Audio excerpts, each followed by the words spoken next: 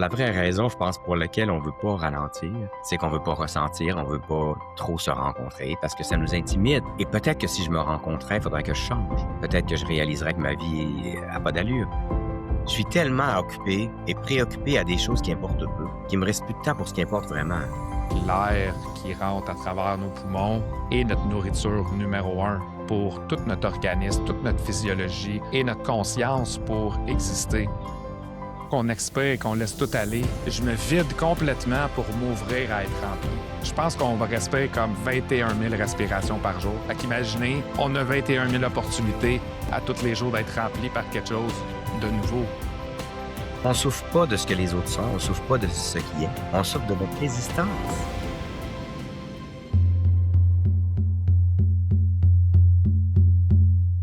Bonjour à tous et à toutes, bienvenue dans Conversation NO6. Aujourd'hui, je reçois Rémi Tremblay, une personne que j'ai eu l'occasion de rencontrer dans mon parcours à l'école d'entrepreneurship de Beauce et qui a su m'inspirer à ralentir pour que je puisse reconnecter à moi-même et sortir du bruit du monde des affaires dans lequel je me trouvais.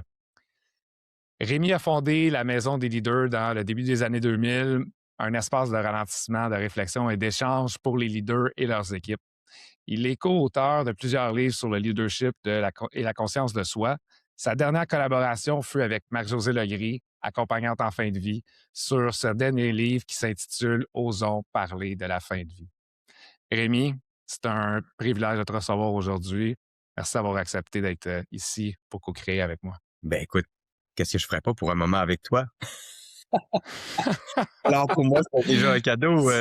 Savoir d'être là pour toi, c'est aussi être là pour ta communauté. Donc, je suis vraiment content d'être là.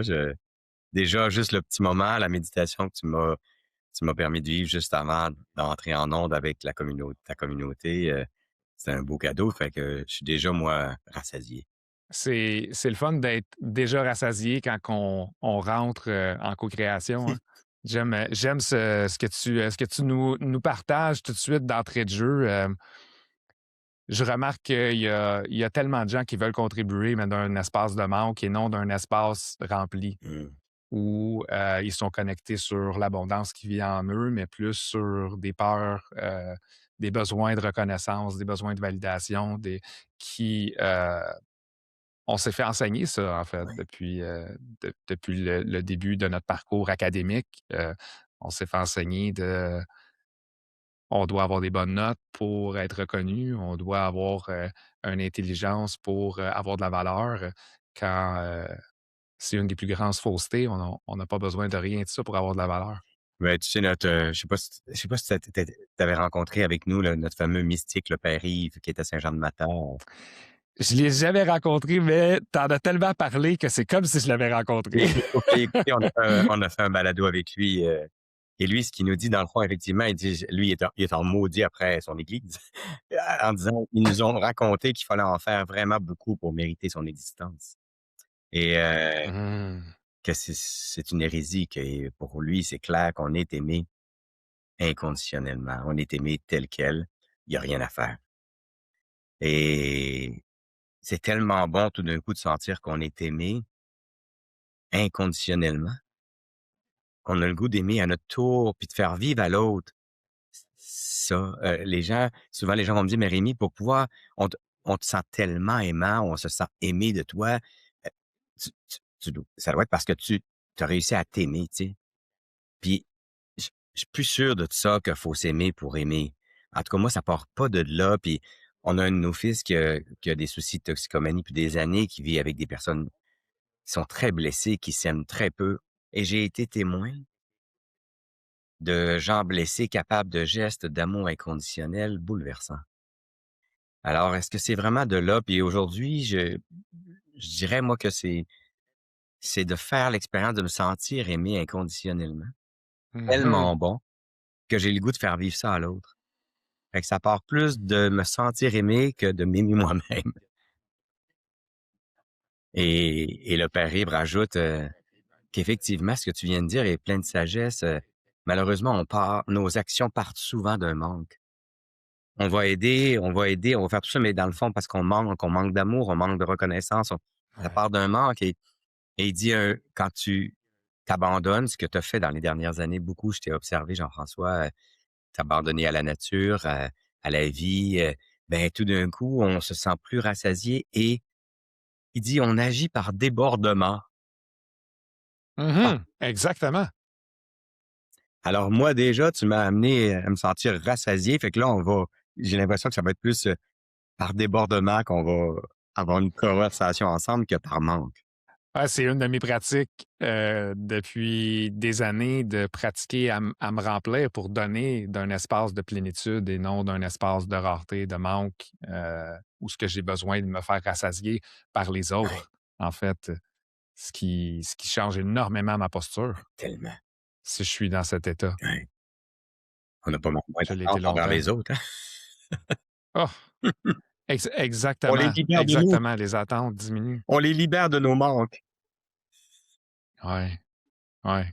Quel beau cadeau. Mmh. Quel beau cadeau. Tellement. Ça a pas été toujours comme ça, pour moi. C'est d'ailleurs une de mes prises de conscience, extrêmement puissantes que j'ai faites, durant la COVID, de me rendre compte comment j'étais dépendant des autres pour me nourrir. Ouais.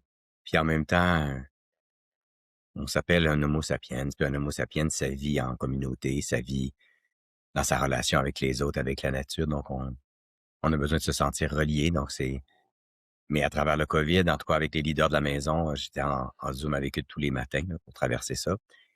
Puis on a réalisé on a développé un autre phénomène qui est celui de la communion. On pouvait pas communiquer ensemble, on se voyait pas, mais on pouvait communier puis sentir qu'on était ensemble. Mmh. Alors je pense qu'on peut pas non plus se culpabiliser d'avoir besoin des autres parce que ça fait partie de notre condition humaine, ce besoin de se sentir relié. Mais comment effectivement on devient pas dépendant, heu, mais interdépendant. Exactement. Ouais.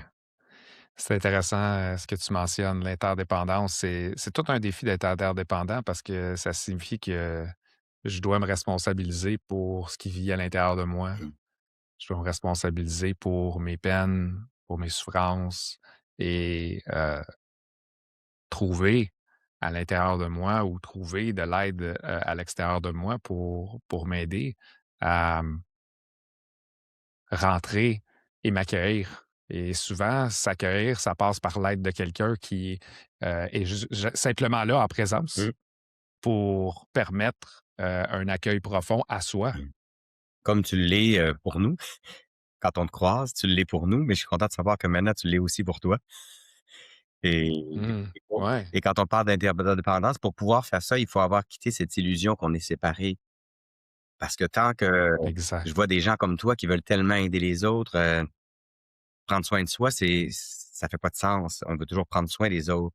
Mais la journée où on réalise que prendre soin de soi, c'est prendre soin des autres et prendre soin des autres, c'est prendre soin de soi parce que quand les autres vont mieux, je vais mieux. Quand je vais mieux, les autres vont mieux. La journée où on a quitté cette idée de séparation, ben, on prend soin de la vie là où elle a besoin qu'on prenne soin d'elle. La semaine en fin de semaine dernière, j'ai dû prendre soin de la vie autour de moi.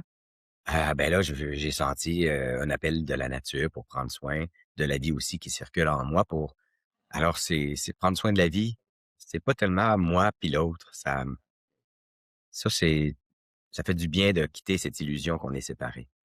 Oui, absolument. Cette séparation, puis quand j'ai passé beaucoup de temps avec les Premières Nations dans les dernières années, puis pour eux, la séparation, puis là, je dis pour eux, puis je veux pas généraliser parce que je sais qu'il y a un paquet de nations qui ont été traumatisées, un paquet de nations Mmh, qui vivent la séparation par, différents traumas, et malgré, ça, il y a encore une sagesse qui est présente dans plusieurs premiers peuples, partout dans le mmh, monde. Donc, qui, en fait, leur façon de voir la vie, leur cosmovision est une vision mmh, unitaire, est une vision que, on est aussi important que l'arbre, que la plante, que la fleur, pas plus, pas moins, que l'abeille, mmh. parce qu'on est un être vivant qui partage cet écosystème, sur notre planète, mais aussi à travers le cosmos. Puis ça nous aide je dirais à redimensionner l'importance qu'on s'accorde. C'est à la fois toute l'importance de la vie parce que on est la vie, donc prendre soin, mais en même temps, tu sais, moi, je vois, à la Maison des leaders, on reçoit beaucoup de leaders et je réalise à quel point on souffre de l'importance qu'on s'accorde. Et quand je t'entends nous raconter ça, c'est comme si on remet en perspective un peu, tu sais, on est plus je dis souvent à nos leaders, tu sais, on se donne bien trop souvent le premier rôle. On est souvent juste un figurant dans la vie de l'autre, même de ses enfants ou des autres. Oh mon Dieu, qu'on se donne le premier rôle, c'est comme si tout tournait autour de nous. Mais dans cette idée de non-séparation, comme tu dis, qu'on est la nature, on est juste un des éléments parmi tant d'autres, tu sais, il y a pas nous et la nature, c'est un. Ouais, c'est l'illusion. Oui. C'est la Les Pacos au Pérou, ils appellent ça la contamination. Ils appellent ça le hucha. Oh, On s'est fait contaminer par des idées de séparation, par des idées de grandiosité, des idées d'avarice. Mais tout ça, c'est comme un virus dans notre conscience, dans notre esprit, qui est pas qui on est, en fait. Qui est pas qui on est, qui est pas notre vraie nature. C'est juste un programme. ben, moi, je suis convaincu effectivement que la grande blessure est apparue quelques heures après qu'on soit venu au monde ou quelqu'un vont dire: «On a pris conscience qu'on était séparés», mais moi, je crois plutôt qu'on a basculé dans l'illusion qu'on était séparés et à Mhm. partir de ce moment parce que quand on était dans le ventre de notre mère, tu sais, on était ben chill, là, tu sais, on laissait la vie se faire. Je veux dire, il y avait pas de plan de carrière, il y avait pas de plan il y a rien à faire que de laisser la vie se faire, à travers nous. Puis, ça dure ça moi, je pensais que ça s'arrêtait à la naissance, mais non, ça continue encore une couple, de jours, quelques jours, dépendamment des enfants et tout d'un coup, ils voient dans les pupilles de l'enfant, tout d'un coup, on voit la peur s'installer parce que tout d'un coup, on bascule dans l'illusion que celle qui est en train de me donner à boire, un jour, Mhm. je vais appeler ma mère. OK, il y a elle, il y a moi, il y a l'autre, puis il y a moi, donc il y a moi et le monde. Et s'il y a moi et le monde, donc je suis menacé. Et à partir de là, je comprends bien que pour survivre en ce monde, j'ai besoin qu'on me donne de l'attention pour survivre, j'ai besoin qu'on m'aime. Alors je vais tout faire à partir de là pour construire un personnage qui qui un jour, malheureusement, j'appelle moi, mais qui est plutôt le personnage que j'ai construit pour survivre.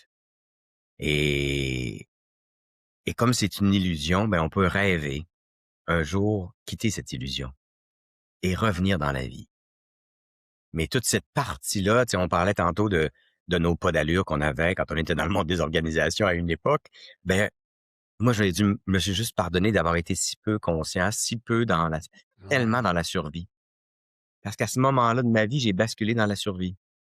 Et je ne savais pas que j'étais en survie. Moi, je pensais que ma vie était bien chill puis que j'aimais, mais non. Je cherchais à être aimé, je C'est cherchais à ça. tout faire pour survivre. C'est ça. J'étais dans la survie. Fait que, tu sais, je disais: «Ben non, moi, ma vie est merveilleuse et cetera», mais la vraie affaire puis tu sais, je me pensais bien aimable, mais dans le fond, je cherchais à être aimé plus que l'inverse Mhm. et la journée où on prend conscience de l'illusion, comme tu dis, de tout ce qu'on nous a raconté, qu'on prend conscience de l'illusion puis qu'on rebascule dans la vie, puis qu'il y a plus rien à faire que de laisser la vie nous traverser. On touche à une paix, une joie profonde qui transforme notre existence. L'autre jour, quelqu'un me disait: «Qu'est-ce qui fait que tu es revenu de sabbatique, tu sais, après une sabbatique à la maison?» Ben, je pense que ça me bouleverse de savoir que 85 encore des êtres humains, meurent dans l'illusion et donc vont toute leur vie vont avoir passé toute leur vie en survie. Ils n'auront pas eu la chance de regoûter à la vie à nouveau avant de partir. Puis comme à la maison, puis ce que tu fais, c'est des espaces pour peut-être tranquillement avancer en conscience pour rencontrer cette illusion, puis revenir dans la vie,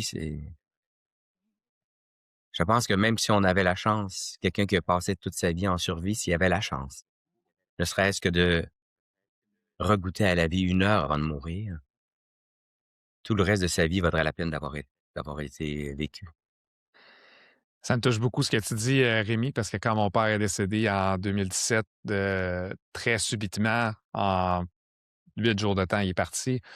Hem, j'ai fait un genre d'accompagnement de fin de vie avec mon père où j'y ai demandé, tu sais: «Pa, s'il y avait une raison pour laquelle tu es là, raison mystique qui fait en sorte que là, c'est le temps de partir. Pour toi, ce serait quoi?» tu sais? Puis il a réfléchi. Je vais tout le temps me souvenir de ce moment-là. Et il a dit: «Toute ma vie, j'ai senti qu'il fallait que je fasse constamment quelque chose pour les autres. Fais pas m'arrêter. Tout le temps que je sois en mouvement», puis c'était ça son puis c'était tellement la phrase de sa vie, en plus, quand on regarde sa vie, c'était vraiment, vraiment ça. Puis il a pris conscience de ça, puis il y a quelque chose en dedans de lui qui s'est apaisé quand il a sorti ça, puis il est décédé, 24-36 heures après ce moment-là. Mais pendant ces heures-là, il était tellement joyeux, tu sais, il était tellement content, il voyait du monde, il aimait ça, il voulait que les gens viennent le voir, mais ça a été les plus beaux moments que j'ai eus, avec mon père et les moments les plus déchirants en même temps. Mais, je sais qu'il a quitté dans la avec vie. une connexion profonde avec moi, avec lui, avec les gens qu'il aimait. Puis merci de le ramener parce que ça me fait chaud au cœur de l'entendre. Donc, ça veut dire qu'il a quitté cette illusion avant de mourir, il a rebasculé dans la vie. Passer de la survie à la Exact. dans le fond, tu sais, on a rencontré tu le sais, à la maison des moines, de toutes les traditions, puis, je réalise que aujourd'hui, je comprends que dans le fond, tu sais, notre quête, quand on s'est rencontrés, je pense qu'on était des quêteux, là. On était tous les 2 en quête, je me rappelle. Nos quêtes se sont Exact. rencontrées.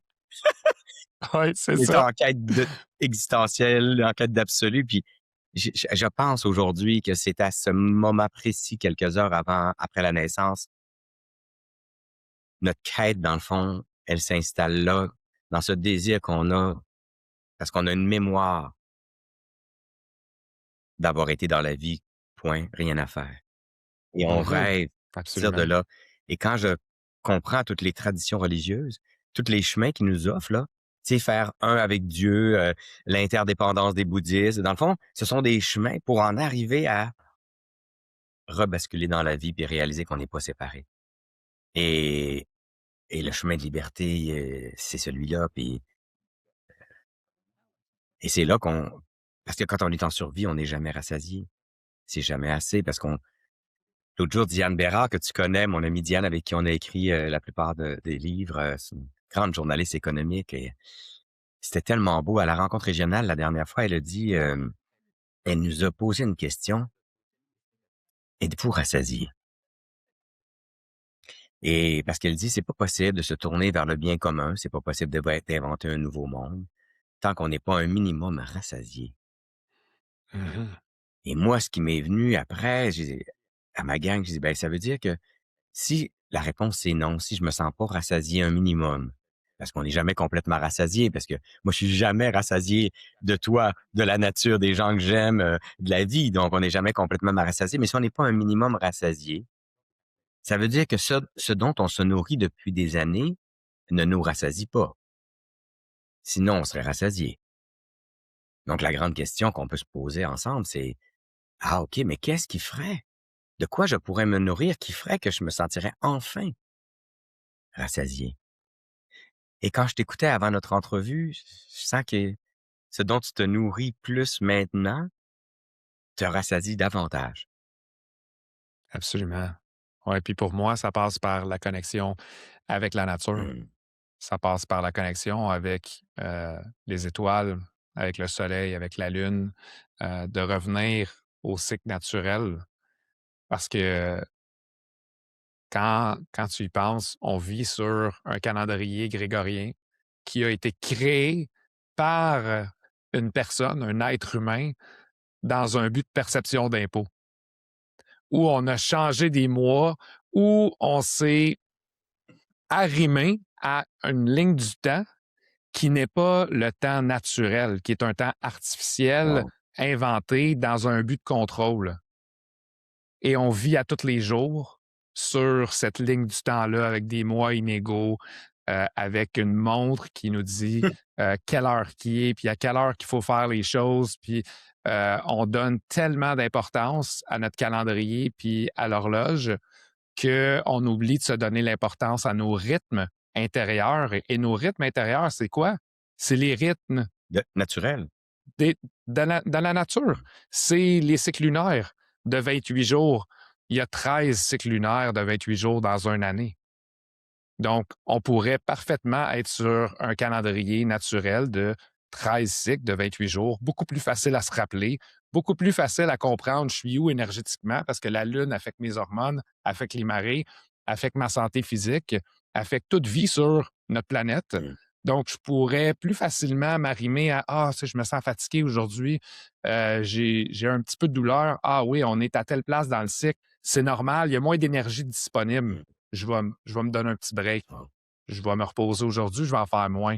Puis quand il y a plus d'énergie, ben là, c'est le temps de passer à l'action, c'est le temps de bouger plus. Mmh. C'est peut-être pas le temps de prendre des décisions, par exemple, parce qu'émotionnellement, on est plus chargé. Comme à la pleine lune, c'est le moment le plus chargé énergétiquement. On vient de traverser 2 éclipses, un éclipse solaire, un éclipse lunaire, dans les 2 dernières semaines.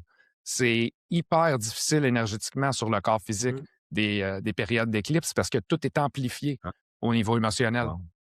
C'est intéressant, Donc, depuis notre ami Dominique Rankins, hein, que tu connais aussi, oui, chef héréditaire et spirituel show miss, algonquin, Chaumis, il dit, vous avez le temps, vous avez l'heure, on a le temps. c'est ça. Et c'est exactement ce que tu dis, puis comment se reconnecter à la nature. Tu sais, on dit souvent que la maison des leaders, c'est tout simplement un espace de ralentissement. Donc, quand les gens viennent chez nous, à la maison, ils nous demandent, hey, moi, j'aimerais ça ralentir, mais je sais pas comment, tu sais.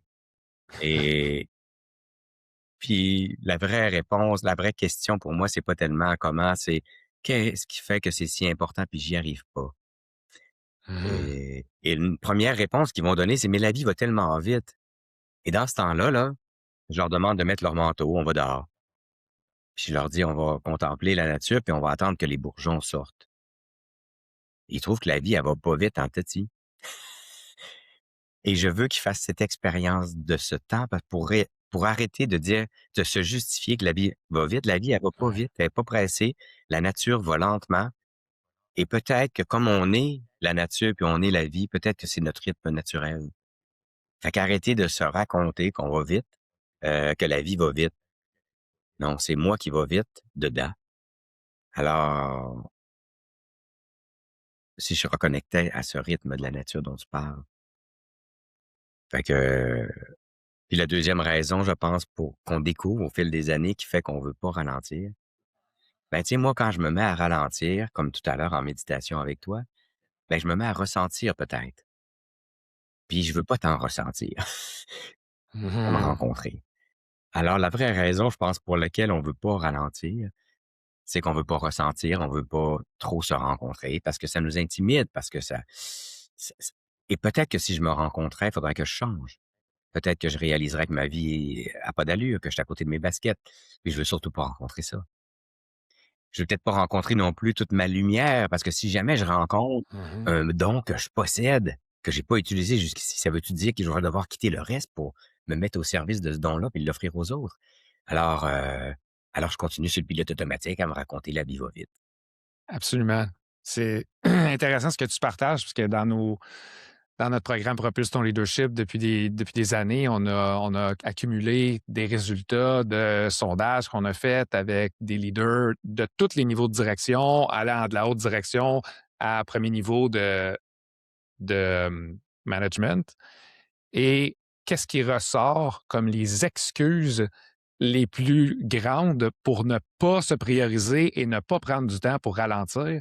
C'est j'ai pas le choix, puis j'ai pas le temps. Heu, C'est les deux across the board. Tout le monde l'a, celle-là. OK?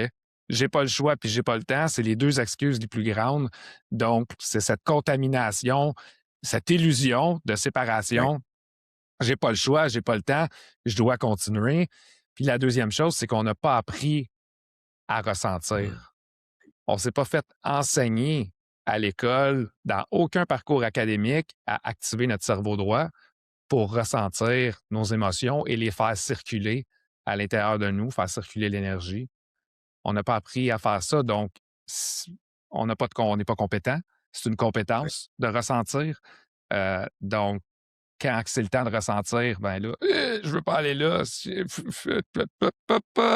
On va continuer. Et C'est le pilote automatique. et en même temps, on peut pas trop s'en vouloir parce que l'homo sapiens, pour sa survie, il fallait qu'il quitte tous les C'est ça. inconforts nous, donc il a appris à ne dès qu'il y avait un inconfort, à se sauver, à bouger, à partir dans l'action, à freezer, à bon.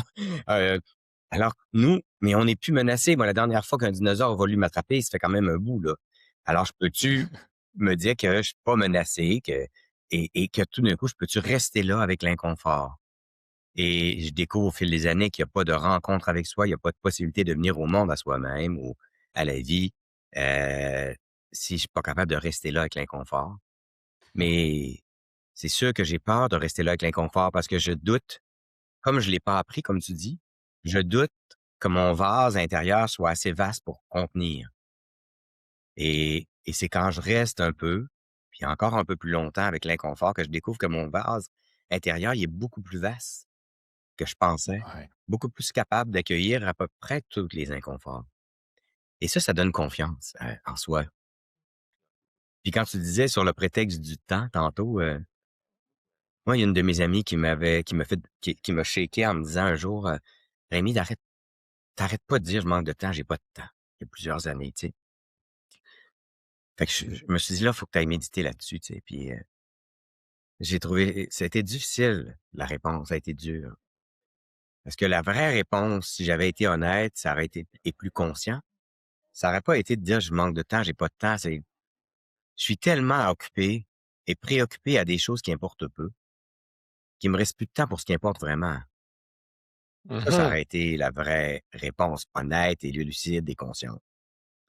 Et à partir de ce moment-là, ça bas me il y a un grand ça a été un des grands bascules de ma vie. C'est de me dire: «OK, comme le temps qui m'est imparti est limité, hein, un jour je vais partir, j'aimerais bien l'occuper, ce temps qui me reste, à ce qui importe vraiment». Alors qu'est-ce qui importe vraiment? Et je découvre que, alors que j'étais en quête de sens, ben, dans le fond, ce qui faisait pas de sens, c'est de m'occuper puis de me préoccuper de choses qui importent peu. Ce que les gens pensent de moi, qu'est-ce qui se passe, elle me dit telle Mhm. affaire, vouloir devenir numéro 1 dans mon métier. Bon, tu sais, c'était fou. 90% de mon énergie était à me préoccuper, mais m'occuper de choses qui importaient très peu. Et après des années, parce que cette phrase-là est devenue un mantra, cette question est devenue un mantra dans ma vie, pas seulement chaque année, mais tous les jours de ma vie. Ouais. Qu'est-ce qui importe en ce moment, comme présentement, si je me la pose? C'est qui les personnes qui m'importent le plus au monde en ce moment? Ben, c'est toi et ceux qui nous écoutent. En absolu, c'est mes fils, les gens autour de moi, mais, Ouais. mais présentement, c'est vous autres. Et je découvre que en m'occupant et en me préoccupant que de ce qui importe, le sens de ma vie, il me déborde, il me sort par les oreilles. Donc, Mhm. j'ai fini d'être quêteux comme j'étais. Je suis plus en quête de sens. Le sens, il me sort par les oreilles. Parce que ce qui faisait pas de Ouais. sens, c'était de pas être là. Et quand j'étais là, d'être préoccupé par ce qui importait peu. Et c'est une belle question pour nous comme chefs d'entreprise aussi. Tu sais, puis tout ce qu'on se raconte là, ça a l'air déconnecté du monde des organisations, mais l'organisation non plus est pas séparée de moi. Euh, C'est ça. donc comment tout ce qu'on se dit là, comment ça peut s'incarner dans l'exercice de la vie en organisation, comme de la vie dans mon quartier, puis de la vie dans ma famille. Il y a pas de séparation. Et comment un leader qui imagine là, n'a rien d'autre à l'agenda de ses comités de direction que, un, prendre le temps de se poser la question: «Comment on va vraiment? Comment on va vraiment?» Puis la deuxième question: «OK, qu'est-ce qui importe pour vous autres à ce moment-ci?» Imagines-tu, à partir de là, on partirait de comment on va à prendre soin de ce qui importe.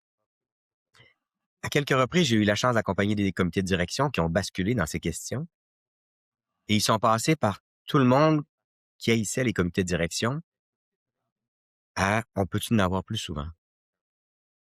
Parce qu'enfin, on parle de ce qui importe vraiment. Et Mhm. ce qui importe pour toi à ce moment-ci, c'est pas nécessairement ce qui importe pour moi.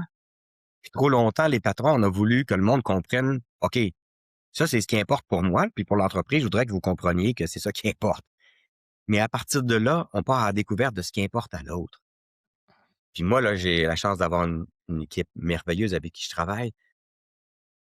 Moi, ma job, c'est d'être à l'écoute de ce qui importe pour eux, puis de m'assurer qu'ils prennent soin de ce qui importe pour eux. Et ce faisant, ils contribuent à la communauté de la maison. C'est pas en prenant soin de ce qui est bon pour la communauté ou ce qui est bon pour moi ou ce qui est non, c'est bizarrement en prenant soin de ce qui importe pour eux. qui prennent le plus soin de la communauté de la maison. Mhm. Fait que tu vois, juste rester là avec l'inconfort d'un commentaire de ma chum qui me dit: «Hey, t'arrêtes pas de dire que j'ai pas de temps, que t'as pas de temps». J'ai eu de la peine, c'était pas le fun de rencontrer ça. Puis c'était pas le fun de découvrir que dans le fond, j'avais pas d'allure, puis que je m'égarais, puis que Mais j'étais à non, côté de mes baskets. Ça me c'est pas tentait pas, là, confortable. c'était pas le fun. Mais je pense aujourd'hui qu'on peut pas faire l'économie d'une rencontre avec soi-même si on veut, marcher vers la liberté, puis être dans la vie, qui, Mhm. elle, est pas mal plus libre que nous autres, la nature. Je prends un moment pour te dire merci si tu fais déjà partie de ceux et celles qui sont abonnés à notre chaîne YouTube et écoutent nos conversations. Si tu n'es pas encore abonné, prends 2 secondes pour le faire maintenant et pour partager l'épisode si ça résonne pour toi. C'est une façon simple de soutenir notre mission d'inspirer le plus de gens possible à se reconnecter à leur essence et leur humanité. Aussi, j'en profite pour te parler de notre programme et communauté. Enosis, c'est une communauté d'intégration réunissant les sciences modernes et les sagesses ancestrales. C'est un espace sécuritaire pour réconcilier ton monde intérieur, clarifier tes choix et ancrer dans ton quotidien des pratiques qui t'alignent avec ton essence. Si nos vidéos te parlent, je t'invite à aller visiter notre site web au www.enosis.one pour voir si ça pourrait être un bon fit pour toi. De retour à l'épisode. Absolument. La nature, tu regardes préoccupé, puis tu regardes pas préoccupé. Elle a fait la même chose. Elle fait ce qu'elle a à faire. Oui. Donc, il n'y a pas de changement. Mmh. Le rythme naturel va toujours nous guider. Puis même toutes les études scientifiques démontrent qu'est-ce que les Premières Nations savaient, que être en nature apaise le système nerveux, nous aide à nous régénérer pour plein de raisons qu'on pourrait nommer de la science, passant des antioxydants à la capacité de se décharger de notre surcharge électromagnétique, de toute la technologie. Mais au final, la nature va toujours nous ramener à notre Oui. essence. Et c'est ce que moi, j'ai expérimenté depuis les 5 dernières années de façon très intense, si je pourrais dire, à passer énormément de temps en nature. Puis, qu'est-ce que je retiens de ce que tu viens de mentionner, c'est que quand ton ami t'a demandé ça comme question, toi, tu étais ouvert à recevoir qu'est-ce qu'elle avait à te dire. Et ensuite, tu t'es donné la permission à tous les jours que ça devienne ton mantra. Mmh. Donc, tout ça a commencé par une permission que tu t'es donnée. Il n'y a personne qui t'a mis un gun sur la tête pour te dire, hey, là, Rémi, là, faut que tu te poses cette question-là à tous les jours. Puis, il n'y a D'ailleurs, je personne suis certain qui est qu'il y en a plein venu qui te me l'a je suis forcer. certain qu'il y a plein de monde qui me l'avait dit avant, puis je m'attendais pas. C'est ça, exactement. C'est, ben, mets ça au recyclage jusqu'à temps que ça te frappe, puis que là, il y ait quelque chose qui s'ouvre à l'intérieur de toi. Puis ça parle beaucoup de la répétition. C'est tellement important de réentendre puis réentendre les mêmes affaires de façon différente par une personne différente, dans un ton de voix Mmh. différent, à un moment différent de notre vie, qui, à un moment donné, ça rentre, puis là, pouf, il y a l'épiphanie ou le aha moment qu'on appelle. Mais ça fait des années peut-être que ça se prépare, ce moment-là, comme tu disais, puis ça, c'est une phrase qui m'a marqué, que tu disais à la maison, qui représente bien la nature. On ne peut pas tirer sur les fleurs pour qu'ils poussent.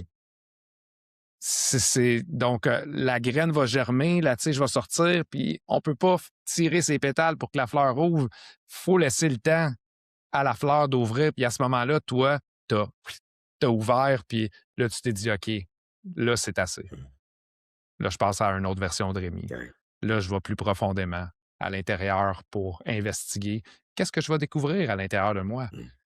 Parce qu'on renferme une sagesse universelle. L'univers vit à l'intérieur de nous. Fait qu'imaginez la sagesse qu'on a à l'intérieur de nous, mais on ne se permet pas de la cultiver. On ne se permet pas d'aller à l'intérieur pour l'arroser, y donner de la lumière.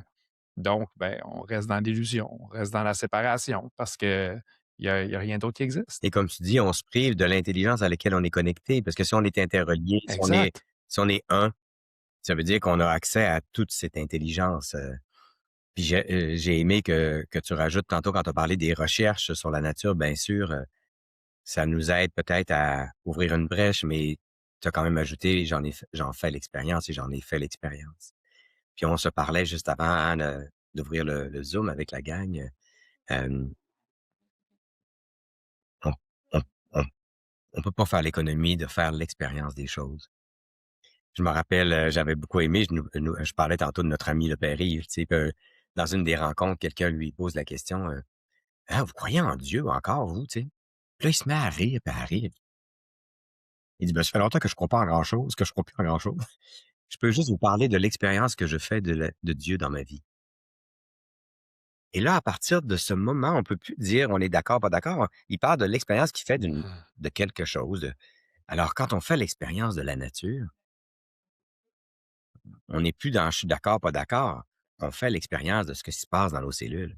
On en fait l'expérience. Et Mario Caillé, qui nous a beaucoup enseigné la conscience humaine, disait que il faut faire l'expérience d'une chose pour que réellement elle devienne dans notre conscience et que ça devienne notre nature profonde. Alors on peut bien lire bien des livres, effectivement, mais et qui vont nous proposer, puis qui vont nous inciter à peut-être aller finalement en nature, mais il Ouais. faut baigner dedans pour tout d'un coup en faire l'expérience qu'on n'est pas séparés, puis que moi, je me rappelle, tu sais, ma méditation a beaucoup bougé au fil des années. Moi, à tous les 10 ans à peu près, là, il y a comme si ça bouge et depuis un certain temps, c'est plus la contemplation et cette contemplation Mhm. de la nature un jour m'avait amené à regarder tous les glands de chêne, qui étaient tombés du chêne dans notre cour. Pour finalement découvrir que la plupart des glands de chêne meurent en glands de chêne. Très peu vont devenir des chênes. Je ne sais Mhm. pas pourquoi tout d'un coup, je me suis vu. Je me suis dit: «Dans le fond, en quoi je suis différent du gland de chêne, moi?» Mhm. Hein, j'ai construit une petite carapace là, comme le gland. À l'intérieur du gland, il y a un potentiel de vie. Puis, le gland est bien solide avec un chapeau bien collé, hein. Puis, moi aussi, j'ai créé un petit personnage pour protéger cette vie-là parce que je suis en survie. Alors je fais une super job. Moi de j'ai fait pendant des années une super job de gland de chêne. L'eau rentrait pas, l'air rentrait pas. Donc, j'avais construit mon petit égo, mon petit personnage bien solide. Il faut qu'il soit solide parce que s'il est pas solide, le gland de chêne, puis s'il est pas assez lourd, il pourra pas tomber dans la terre, descendre dans la terre. Mais en même temps, il va falloir, à un moment, t'en parlais tantôt, les seuls glands de chêne qui finalement laissent le chêne apparaître sont ceux qui osent à un moment donné la fissure. Tu sais, le chanteur hein, disait There's a crack in everything. Donc, c'est uniquement à partir du moment où tout d'un coup la fissure se fait que le gland découvre qu'il est pas mal plus que le gland. Mais il doit accepter le petit chapeau saute, ça s'ouvre et tout d'un coup, il y a un chêne qui advient. Et j'utilise le mot qui advient parce qu'il choisit pas de devenir un chêne. Mhm. Il peut pas devenir autre chose que ce qui est dans le gland.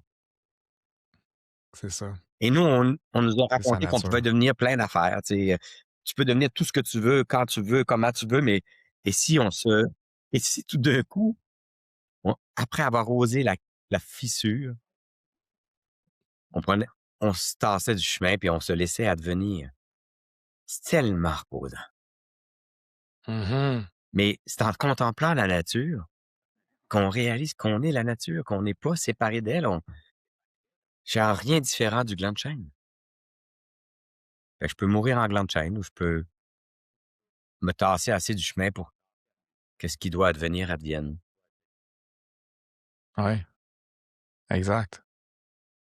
C'est encore une fois en se donnant la permission de contempler, de s'arrêter, de ralentir, de rentrer en connexion. Parce que quand tu rentré en connexion avec ça, tu as rentré en connexion avec la conscience du gland de chêne. Mmh, possible. Puis vous étiez en connexion ensemble, puis c'est comme ça que cette sagesse a germé. Euh, Dans la tradition des Paco Andino au Pérou, euh, toute une conscience. L'eau a une conscience, les arbres ont une conscience, le soleil a une conscience, le feu a une conscience, l'air a une conscience, le vent a une Mmh. conscience, la rivière, les océans. Tout a une conscience et on a oublié qu'on était capable de rentrer en connexion avec ces consciences. Et ça, c'est une de mes pratiques en ce moment qui est complètement hors du cadre sociétal, qui est de connecter avec les consciences des éléments. C'est ça qui m'habite en ce moment. C'est à ça que je suis attiré. Et il y en a qui vont dire, ben, JF, il est rendu fou complètement. Mais moi, l'eau me parle, puis les arbres me Mmh. parlent, comme tu me parles. L'affaire, c'est qu'ils nous parlent tous, mais on a un frein pour y avoir accès. C'est ça. Parce que dans le fond, ça parle. C'est juste qu'on n'attend pas, tu sais. Et merci de cet enseignement-là, que la conscience est partout, puis on est connecté, on n'est pas séparé de cette conscience-là, dans le fond. On est connecté à elle, mais on s'est déconnecté. Donc, dans le fond, tout ce qu'on a à faire, c'est juste de laisser le petit chapeau de glace ôter, puis là, tout d'un coup, se laisser traverser. Ouais. Puis on le fait à chaque fois qu'on expire, qu'on laisse tout aller, on laisse, ah, Ouais. je me vide complètement pour m'ouvrir à être rempli. Et ça, on le fait. Mon ami Scott, qui est un passionné de la respiration, je pense qu'on respire comme 21 000 respirations par jour. Fait qu'imaginez, on a 21 000 opportunités à tous les jours d'être remplis par quelque chose de nouveau à chaque fois qu'on expire, mais on n'est juste pas conscient que c'est ça qui se passe parce que pilote automatique. Mais on a toujours, c'est pour ça que les opportunités sont d'un moment à l'autre. Wow. Sont pas d'une journée à l'autre, sont d'un moment à l'autre. Littéralement, toutes les respirations, c'est une nouvelle opportunité d'être rempli par quelque chose de nouveau. Hey, qu'est-ce que tu en penses, là, si tu nous guidais juste quelques secondes dans une respiration plus consciente, peux-tu nous faire ça? Ça nous ferait du bien. Mmh. Merci pour l'invitation, Parce qu'on Rémi, on sauterait absolument. sur cette Ouais, opportunité de l'instant. ouais. Ah, puis je vous inviterai en même temps à prendre conscience de votre corps physique, puis à déposer vos pieds au sol. Si vous êtes en voiture, juste de prendre conscience que vos pieds touchent à la pédale d'accélérateur, puis l'autre est déposé. Sans fermer vos yeux, on peut faire cet exercice-là sans fermer nos yeux. Vous fermez vos yeux si vous le désirez. Et premièrement, juste prendre conscience de l'air à rentre par où en ce moment, par mon nez, par ma bouche. Est-ce que ma respiration est courte? Est-ce que ma respiration est plus profonde? De prendre ce moment avant de reprendre le contrôle, juste pour voir notre état, il est où en ce moment? C'est où est-ce que je me situe là, sur mon pilote automatique? Et ensuite, je vous invite à prendre et à donner à votre corps une grande inspiration et à garder l'inspiration quelques secondes pour ressentir c'est quoi être rempli et expirer complètement l'air de vos poumons pour vider complètement tout ce qui est là. Et prenez une pause à la fin pour voir c'est quoi être vide. Inspirez à nouveau et remplissez-vous de la sagesse que vous portez en vous. Et expirez à nouveau. Laissez aller tout ce qui a plus besoin d'être là dans l'instant présent. Inspirez à nouveau, on se remplit de cette sagesse qu'on porte en nous, de cette connexion. Et on expire à nouveau, on laisse aller tout ce qui était présent. Et on inspire une dernière fois, on remplit. On garde notre inspiration. Ressentez, c'est quoi être rempli. Et expirez à nouveau. Laissez aller. Exercice très, très, très, très simple. Peut être fait n'importe où. Et c'est ce qu'on vient de faire, en fait, c'est non seulement une connexion à soi, mais c'est l'acte le plus spirituel qui n'existe pas sur la planète, qui est de respirer. Donc, l'air qui rentre à travers nos poumons est notre nourriture numéro un pour tout notre organisme, toute notre physiologie. et notre conscience pour exister. Parce que si on se fait étouffer, on meurt littéralement. Donc, la respiration est la nourriture numéro un. Il y a des gens sur la planète qui ne font que respirer, ne mangent pas et font que prendre la lumière du soleil et boivent très, très peu d'eau. Se nourrissent du prana, du chi, comme les Chinois l'appelaient. Donc, qui est notre nourriture numéro un pour rester en vie et nourrir notre organisme.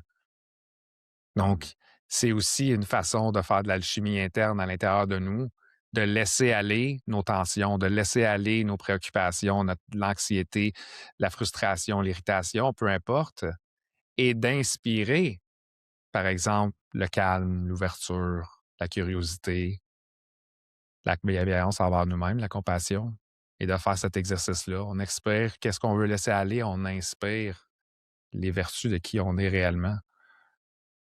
C'est un Imagine, exercice que j'enseigne beaucoup, beaucoup, beaucoup et que je pratique personnellement pour me ramener dans cet état de neutralité où tout devient possible, où tout est possible. imagine si on fait ça avant un comité de direction, si on fait ça entre 2 rencontres clients, si on fait ça, euh, avant d'aller chercher notre fils à l'école, on fait ça Dans le quand trafic. disponible ou dans le trafic. Tout d'un coup, on se met à rire de nous-mêmes, de toutes ces pensées incessantes qui sont toujours les mêmes, qui reviennent sans arrêt aussi. Ça nous permet, dans ce moment de ralentissement, d'observer ça, puis de rire un peu de nous. Tantôt, je parlais d'une contemplation des glands de chêne dans la cour en arrière, mais je me rappelle aussi, il y a plusieurs années, d'une autre contemplation. Je marchais dans la nature, puis je sais pas pourquoi, euh, je préparais en moi, je laissais se préparer en moi une conférence autour du leadership tranquille. Et là, me suis posé la question, hey, c'est qui gère la forêt? J'ai cherché longtemps, j'ai pas trouvé. Fait que je me dis, tout ça, c'est organique. Il y a pas personne qui contrôle, qui gère. Il y a personne qui décide à cet arbre-là de se mettre là, à cette rivière d'aller dans ce sens-là. Et tout se passe. Puis je me suis dit, ben, peut-être c'est ça que j'ai à dire à ces dirigeants d'entreprise. Hey, quand on a 10, 15, 50, 100 000 personnes, il y a quelque chose d'organiste qui se passe. J'ai Mhm. pas trop besoin de m'en mêler. C'est quand je m'en mêle que je cause bien des problèmes. C'est quand je trouve que ça va pas assez vite, que cet arbre-là, il est pas tout à fait à la bonne place, que la rivière devrait remonter puis l'autre descendre. J'ai jamais trouvé celui qui gère puis qui contrôle la forêt. Et pourtant, la vie est abondante. Puis elle manque de. Mhm. Et probablement que ça prend ces moments de respiration. Merci de nous avoir guidés là, de nous avoir guidés à faire ça. Merci. Merci d'avoir suivi ton intuition pour le demander, l'amener. Justement, je pense qu'on ne prend pas assez de temps pour faire ces micro-pauses, ne serait-ce que 3 respirations comme ça, pour OK, je vais laisser aller, là, qu'est-ce qui tourne dans ma tête? Ça me ramène à ton livre. J'ai perdu ma montre au fond du lac, toute cette agitation, que je recommande à tout le monde d'ailleurs, si vous ne l'avez pas lu, de lire cet ouvrage-là. Cette agitation qui vit en nous, mais quand on se permet de la libérer, tout d'un coup, le lac devient clair, puis la montre apparaît. Donc, notre sagesse apparaît. Ce qu'on a perdu est toujours remonte à la surface. Donc, ce qu'on libère, c'est pas qui on est. Ce qu'on libère, c'est qui on n'est pas. Hmm.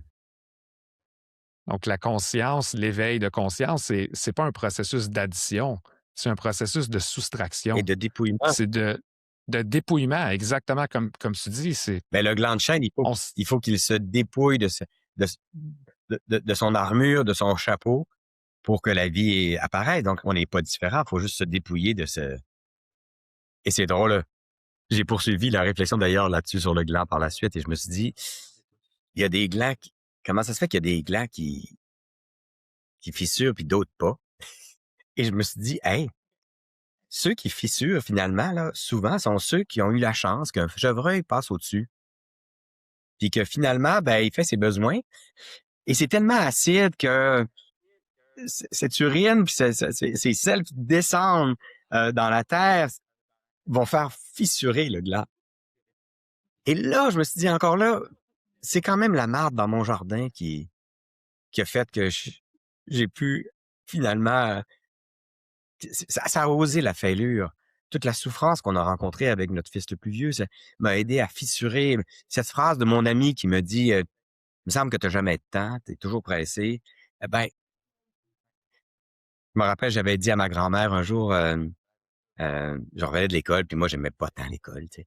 Alors, j'avais dit à ma grand-mère, ah, c'est de la marde, là, l'école, tu sais. Ah, elle m'avait dit, mais c'est merveilleux, c'est justement ce que je mets dans mon jardin pour que ça pousse. Fait que ça aussi, bizarrement, c'est par la contemplation de la nature, par ce chevreuil qui va chier sur le gland de chêne, que j'ai Mhm. compris que, que ce qui se présente comme de la souffrance ou de la marde dans ma vie, peut-être que c'est exactement ce dont j'avais besoin pour fleurir. Ah, pas peut-être. C'est certain que c'est ça que tu avais besoin. Mais ça transforme ma relation à la souffrance. Au lieu de la fuir, de la mettre sous le tapis, de tout faire, ou de vouloir l'enlever du jardin de mes fils, ben comment rester là en leur laissant le fumier qu'il faut pour qu'ils puissent fleurir. Et ça a été tout un lâcher-prise, d'arrêter de vouloir sauver l'autre. Dans le fond, oh, Hmm. j'empêchais l'autre de fleurir, dans le fond, Ouais. De grandir, de pousser. Ouais. parce que je m'en mêlais encore. Honnêtement, moins on s'en mêle, là, les patrons d'entreprise, là, plus ça va bien. C'est pareil pour mes parents. Mhm. Et c'est le Ouais. temps d'agir parce que parfois, c'est d'agir. Parfois, c'est rare, mais ça arrive. Et quand on est interpellé, ça sait que là, c'est le temps d'agir. Et on agit tout le temps. On est dans une agitation. Puis on agite tout le monde autour de nous. Et, mais quand on est, aujourd'hui, j'étais en entrevue la semaine dernière, puis la personne me disait, mais comment tu traverses comment tu traverses ta vie si t'es plus dans avoir un objectif, vouloir devenir numéro un, par exemple, si t'as plus d'objectif, tu es en train de vouloir devenir quelqu'un ou devenir quelque chose, mais là, C'est ta vie ça. comment, tu sais? Si t'as plus de gars sur la tête, comment tu fais pour avancer, Rémi? Exactement! Ben, et là, ce qui m'est apparu, c'est la façon dont je traverse l'existence maintenant, c'est d'écouter puis de répondre. C'est tout. Écouter et répondre. Et très souvent,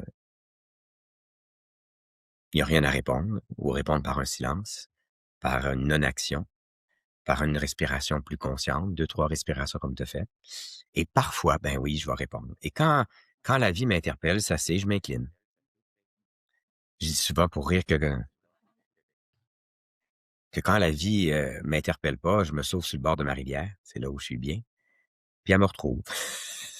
Elle Ouais. me retrouve quand elle a besoin de moi, puis je m'incline. Alors, je crois plus tellement à l'idée d'une mission de vie où, pour moi, c'est d'écouter et de répondre. Euh, Parfois, c'est en étant là pour les leaders de la communauté. Parfois, c'est en étant là pour moi parce que pour cette énergie-là qui circule. Parfois, c'est de prendre soin de la planète. Parfois, c'est d'être là avec toi. Alors, c'est comme un grand oui à ça, un grand oui à ce que la vie veut faire à travers moi. C'est il y a une immense docilité bizarrement dans la nature. Le gland de chêne, imagine là, si un gland de chêne se disait, oh, moi, j'aimerais devenir un sapin ou un peuplier. Ça irait pas bien, hein? Il peut juste advenir comme gland de chêne. Alors, cette docilité de la nature envers la vie, c'est un peu peut-être ma façon de traverser l'existence, maintenant plus. Donc, écouter, puis écouter pour moi, c'est écouter autour de moi, écouter en moi aussi, écouter et, et fermer les yeux, puis répondre. Et c'est très doux. Mhm. Ma façon de traverser, ma relation au temps a changé. Mon rythme cardiaque a changé. Euh, Puis je me pogne là, quand j'ai des petites rechutes où je bascule dans la survie à nouveau, là, dans quelques instants. Mon corps me le dit, me réveille. Hey, hey, hey! Comme tu le racontais là, par rapport à ce que tu as vécu la semaine dernière. Absolument. notre corps est notre instrument numéro un pour nous ramener à nous-mêmes, à la conscience. Puis dans la philosophie des PACO, encore, à chaque fois qu'on a un mal-être, un malaise physique, c'est une démonstration qu'il y a quelque chose à l'intérieur de nous qui est désaligné. Oui, Et c'est un appel au retour à soi pour comprendre. Et invariablement, quand je me reconnecte à moi-même pour l'avoir pratiqué des milliers de fois, maintenant, c'est pratiquement instantané. La réponse monte automatiquement. Donc là, après, c'est mon choix de dire, ben, est-ce que je le fais ou je le fais pas? Je continue-tu à résister ou je m'en vais dans mon chemin avec le plus d'aisance puis le plus de fluidité? Parce que parfois, ce chemin-là, mon ego n'a pas le goût d'y aller. oui, Elle veut rester dans l'ancien programme, elle veut oui, rester dans l'ancien pattern parce que ce chemin-là, il est incertain, il est nouveau, il n'est pas garanti. Ma physiologie répond à ça, comme tu disais, mon mécanisme de survie répond à ça, crée de la tension, de la rigidité, puis là, ben, je laisse aller cette rigidité-là, je laisse aller cette tension-là et petit à petit, je me donne la permission, comme tu l'as fait avec ton mantra, de dire: «OK, ben, je vais y aller un peu plus dans cette direction-là. C'est-tu correct?» oui. Ben oui, c'est correct. Le corps répond bien à ça. Quand on se met à y aller un peu plus, on n'est pas obligé de tout changer notre vie du jour au lendemain, laisser notre conjoint, laisser notre job, changer tout notre cercle d'amis. Non, non, ça va se faire organiquement, ça. Tout va se faire organiquement. D'ailleurs, Ça n'a pas besoin de presser. quand tu sais, à la Maison des leaders, on a la chance de rencontrer des sages de toutes les traditions, puis une des questions qu'on leur pose souvent: «Mais qu'est-ce qui s'est passé?» Ils ont souvent eu un moment de bascule, un peu comme toi, là, hein, Bascule. il y a des Ah ouais, moments de bascule dans leur vie, des fois des milliers de petits bascules, mais peut-être des ouais. principaux, comme le pot de cornichon, à un moment donné, il faut gosser dessus pour qu'à un moment donné, il ouvre. Et on leur a demandé: «Ben, qu'est-ce qui s'est passé? Vous étiez comment après le bascule?» Et la plupart vont répondre: «Ben, avant le bascule, je me levais, je me brossais les dents, j'allais travailler, puis le soir, j'embrassais mes enfants, j'allais me coucher. Et le lendemain, je me levais, je me brossais les dents, j'allais travailler, j'embrassais mes enfants avant d'aller se coucher. Mais ma vie était plus la même.» Fait que, tu sais, on donne bien de l'importance à ce qu'on fait, mais c'est pas très important. Mhm, C'est comment on est dans cette vie qui traverse. Alors, si la vie nous a mis là où on est exactement là où on doit être. Il y a rien à quitter, rien à changer. Mais comment tout d'un coup, à la lumière de la conscience, on a accès à la joie, on a accès à la présence, alors, rarement ça nous amène à tant tant qu'on a besoin de changer les conditions extérieures, c'est qu'on n'est pas encore tout à fait tranquille intérieurement. Pour moi, la réelle tranquillité, c'est quand elle ne dépend plus des conditions extérieures. mhm.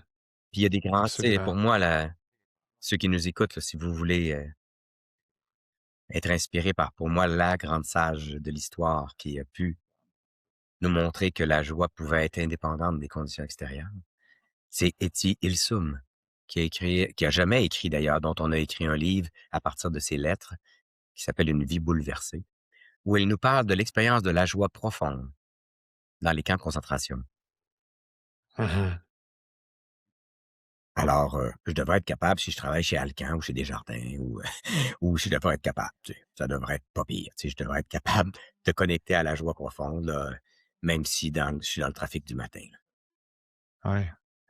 Ah, puis j'invite, puis c'est probablement ça qui t'a aussi nourri puis amené à créer la Maison des leaders pour créer des communautés où les gens peuvent se rencontrer, se permettre de ralentir, justement, mais pas tout seuls chez eux, dans leur coin, mais avec d'autres personnes qui vivent des réalités similaires, où là, ça devient plus facile de m'autoriser Oui, parce que je le sais que Jean, elle le fait aussi, je le oui, sais que Julie, elle le fait aussi, puis qu'on va se rencontrer ensemble, on va pouvoir échanger sur les challenges qu'on vit, sur euh, la joie qu'on vit, sur la transformation qu'on vit à l'intérieur de nous, mais je sens que j'appartiens justement à ce besoin d'appartenir à une communauté, mmh, mais pas que je suis dépendant de la communauté. La communauté m'aide à m'élever, mmh. mais je fais quotidiennement mes pratiques avec moi-même pour me rappeler un peu plus qui je suis, Je pense redécouvrir un peu qu'effectivement, plus. quand on ralentit, puis on sait qu'on va ressentir, qu'on va rencontrer ce qui nous était inconnu à la conscience jusqu'ici, ben, on a peur et on a besoin des autres. C'est comme quand on est devant la mort, pourquoi on fait des rituels funéraires? Pourquoi on a besoin d'être entouré? Mhm. C'est parce que tout seul, c'est difficile à contenir. Et donc, Ouais. devant l'inconnu qui est là devant nous, quand on ralentit, on sait pas trop ce qu'on va rencontrer, on a besoin des autres.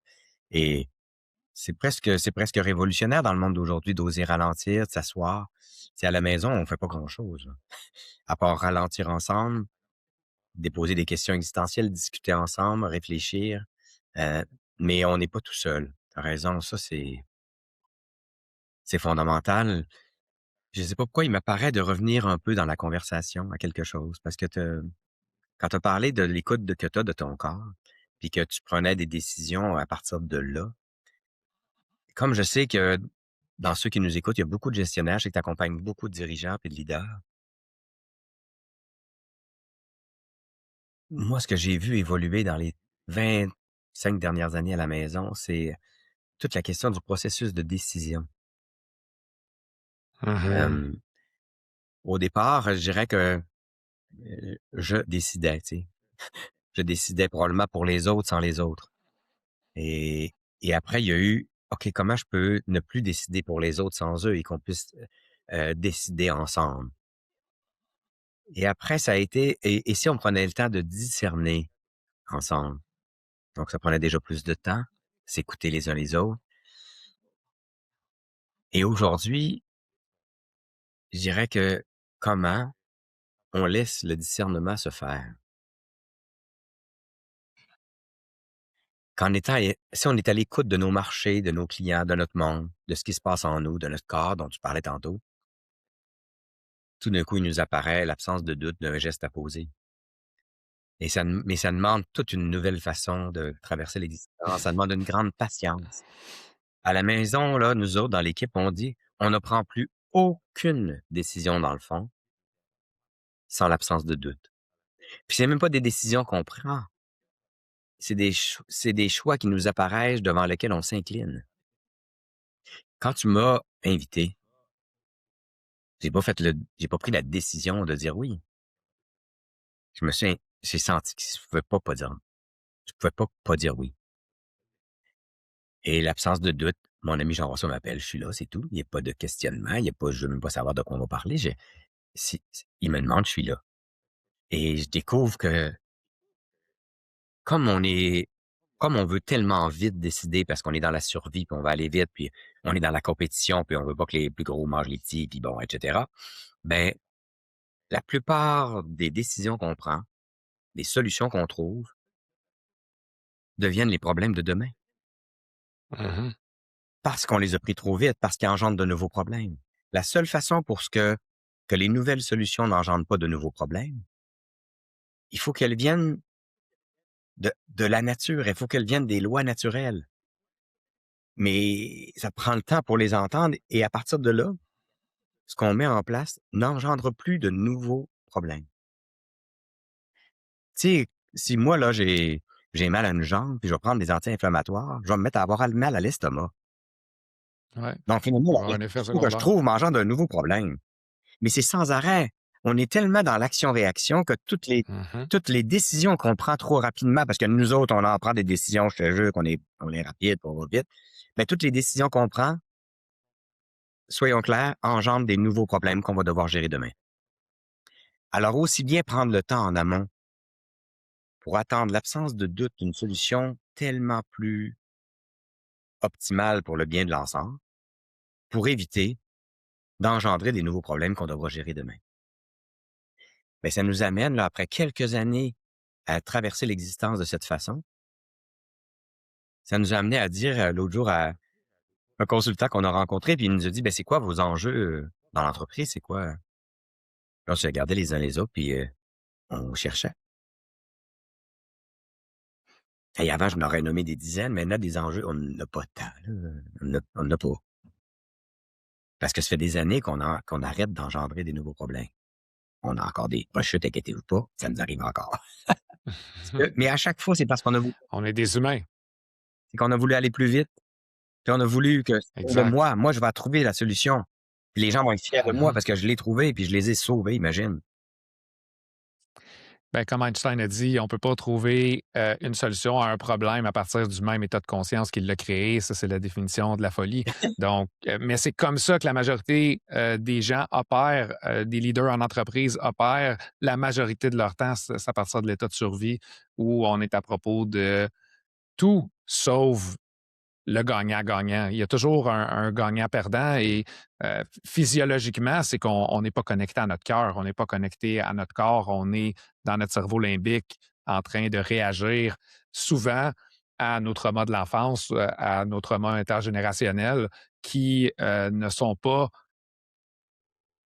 ancrés, assis dans le bien commun ou le bien de la collectivité, mais qui sont dans la protection. Oui. Donc, on doit s'élever. Et pour ça, je crois, puis ça prend des communautés. C'est pour ça qu'on voit de plus en plus de communautés qui vont se générer aussi, parce que se rencontrer seul ou se rencontrer juste un à un avec un thérapeute ou avec un coach, c'est très limité comme approche. Ça fait 20 ans que je fais du coaching, puis je vois la limitation Mmh. que le un à un a parce que juste être avec une personne fait que quand je sors du bureau, je suis encore comme ça, tu sais, parce que il y a un de mes mentors, Terry Real, il dit on est blessé en relation et on se guérit aussi en relation. Donc, ça prend une communauté qui nous accueille ou me sentir en peine, perdu, déprimé est accueilli. Mmh. Autant que me sentir joyeux, puis me sentir énergétique, puis optimiste. Il n'y a pas de différence entre les deux, pas de jugement. Je suis accueilli autant d'un bord ou de l'autre. Donc, je peux être qui je suis, je peux être moi-même, je peux être un être humain Et lorsque je suis présent. mais tu parles aussi probablement des conditions d'une communauté. Tu sais, dans ta communauté, dans la nôtre, on se sent rien appeler d'autre que d'aimer et puis d'accueillir inconditionnellement, Ouais. de s'accueillir les uns les autres. Alors c'est sûr que si dans certaines communautés, on peut se sentir un peu dogmatique, où on a l'impression d'être jamais assez, de pas l'avoir, mais donc c'est sûr que C'est pas de ceux-là que je parle. exactement. C'est Donc ça. c'est dire puis après ça, c'est de se dire: «Moi, mon entreprise là, c'est une communauté». Mais Mhm. dans quel mais 100%. dans quoi j'ai le goût Ouais. parce que moi, aujourd'hui, là, je crois plus tellement à la croissance personnelle et à ces trucs-là, parce que je trouve que c'est la même folie que la croissance du chiffre d'affaires. Donc c'est une façon Absolument. différente de le mais je crois, moi, aujourd'hui, vraiment, là, en la marinade. Tu sais, si tu prends, là, 2 poitrines de poulet, là, puis tu les mets dans la marinade, dans une marinade quelconque, tu choisis dans quoi tu veux les faire mariner. Bizarrement, au bout de quelques heures ou de quelques jours, là, tu es d'accord avec moi, ils goûtent plus pareil pantoute, là. Pourtant, ils ont Mhm. rien fait. Ouais. Ben, nous autres, je pense que ce qui fait que les leaders, qui viennent à la maison, que les personnes qui viennent à la maison, parce qu'on n'a pas juste des leaders, là, on a des gens de tous les secteurs de la vie maintenant, qui viennent à la maison, ce qui les transforme, c'est la marinade. C'est de mariner dans l'accueil inconditionnel, dans cette idée Mhm. qu'on n'est pas en survie, qu'on est dans la vie. C'est mariner dans les thèmes qu'on aborde, le courage, l'amour, l'humilité, la création. C'est de mariner ensemble qui fait qu'on goûte pas pareil, puis on s'est pas épuisé, on n'a pas fait grand-chose. Non. Alors, comme chef d'entreprise, c'est de se dire: «OK, ma gang, moi, est-ce qu'ils marinent dans la pression de performance, dans la méritocratie? Dans quoi ils marinent? Est-ce qu'ils marinent dans la peur? Que s'ils font pas tout ce qu'ils doivent faire, on va les jeter? Dans quoi on marine?» Et là, il y a un dialogue, faut écouter de l'intérieur, moi comme leader, dans quoi indépendamment de ce que je fais, on peut être en train de produire des vis ou des toitures, dire des Mhm. services, mais ce faisant, dans quoi on marine? Dans quoi j'ai le goût qu'on marine? Ben, on va devenir la marinade dans laquelle on a mariné. Mais c'est une grande question pour les leaders, non pas de où je veux aller puis qu'est-ce que je veux devenir, mais dans quelle marinade j'ai le goût qu'on marine. Absolument. Puis ça, en entreprise, on appelle ça la culture d'entreprise, mais Mmh. la culture d'entreprise n'est pas les valeurs qu'on met sur notre site web ou sur notre mur, mais bien euh, l'addition de tous les comportements toxiques qu'on tolère au quotidien puis qu'on n'adresse jamais. Oui, C'est ça la marinade. oui. d'une culture entrepreneuriale ou d'une culture corporative. Donc, ça prend du courage. Regardez qu'est-ce qu'on a mis dans notre marinade, puis Mmh. comment qu'elle a tourné avec les années. Hein? Tellement parce qu'avec Diane, on a beaucoup réfléchi récemment sur toutes les formes subtiles de violence, mais il y a beaucoup de Exact. violence dans nos milieux de travail. On se fait violence à soi-même, donc on fait violence aux autres, on fait Mhm. violence à la planète. Il y a beaucoup de violence mais on veut pas parler de ça, violence. Ben là, violent, violent. Ben oui. Ben non, De c'est ça. ouais, de dire à l'autre, «Si tu changes pas, ben, 3 petits points», c'est extrêmement violent. On est loin de l'accueil inconditionnel de l'autre et on a l'impression que aimer, l'autre inconditionnellement, c'est de le garder à tout prix quand ça fait plus. Ben non, l'aimer, c'est l'aimer assez, c'est pour l'aider à aller ailleurs quand c'est plus la bonne affaire. Fait que, faut arrêter de penser que l'amour, c'est fluffy. L'amour, ça demande du courage anti-poché pour aimer. C'est exigeant l'amour, c'est exigeant. Ça exige la vérité, ça exige la présence, ça exige un détachement de son ego de soi-même. C'est de la job aimer, là. Mais c'est quoi Absolument. d'autre on est appelé comme dès qu'on devient parent ou coach ou professeur ou leader d'entreprise, notre job, c'est d'aimer.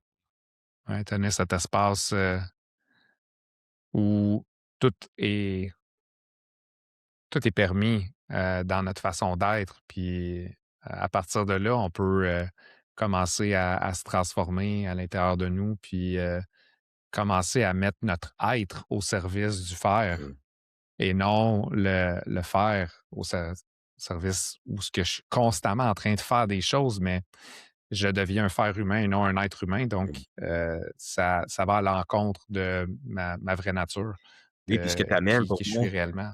pour ce que tu amènes pour moi, c'est vraiment important sur le climat de confiance. Dans le fond, quand tu dis, il y a on sait que la confiance s'est effritée de 40 dans les 30 dernières années.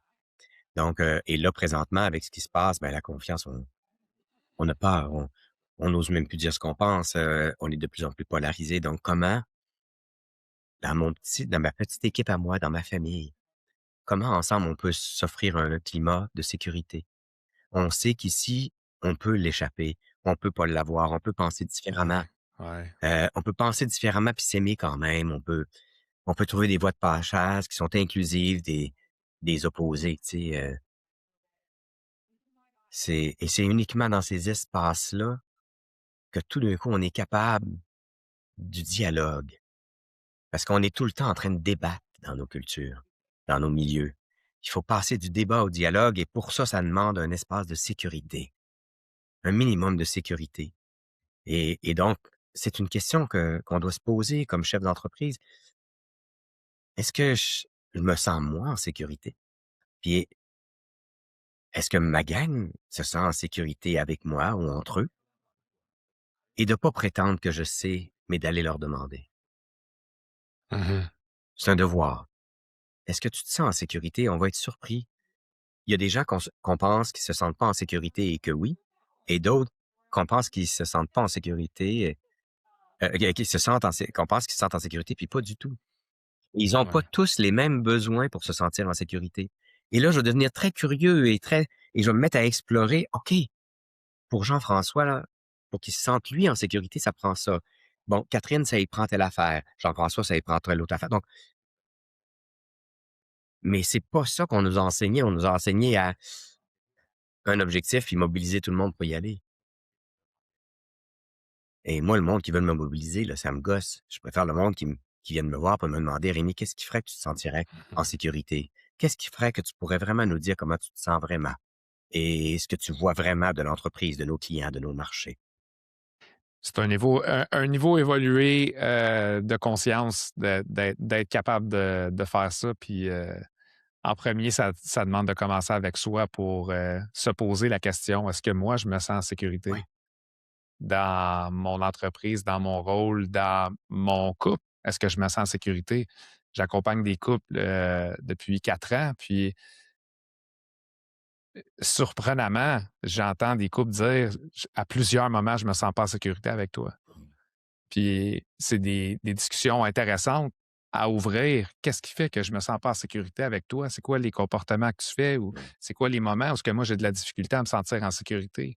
Mais ça passe par le dialogue, ça passe par l'ouverture et il faut avoir un environnement psychologiquement sécuritaire pour accueillir ces individus, que ce soit un couple Mmh. ou que ce soit une équipe, pour que les gens puissent se parler et que quelqu'un puisse aussi dire, OK, on va prendre une pause maintenant. Mmh. La tension est montée trop haute, on va redescendre, on va prendre une coupe de respiration, puis on va recommencer.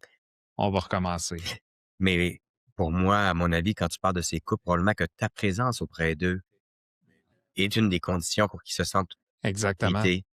C'est ça. Heu et et à travers cet espace de sécurité, ils vont découvrir que parfois, tu sais, l'autre peut jamais nous sécuriser.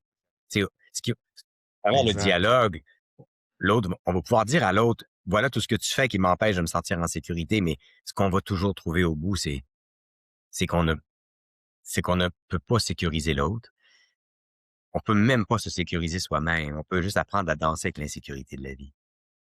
Et et la journée où on réalise que dans le fond, moi, je peux pas sécuriser Jean.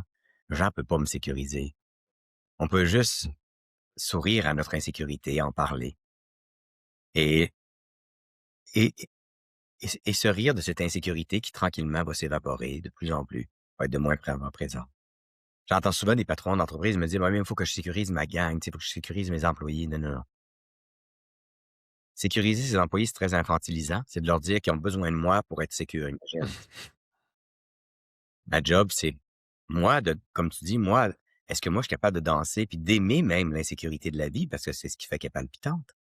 Et comment je peux Mhm. accompagner mes équipes, eux aussi, à danser avec l'insécurité de la vie? Hey, ensemble, on va avoir moins peur. Fait qu'on va partager nos insécurités, puis ensemble, on va avoir moins peur. Puis on va me dire qu'à même on va en arriver, si on arrive à un niveau de maturité grande comme couple, comme équipe, on va en arriver à aimer l'insécurité de la vie parce que c'est ce qui fait que la vie est palpitante.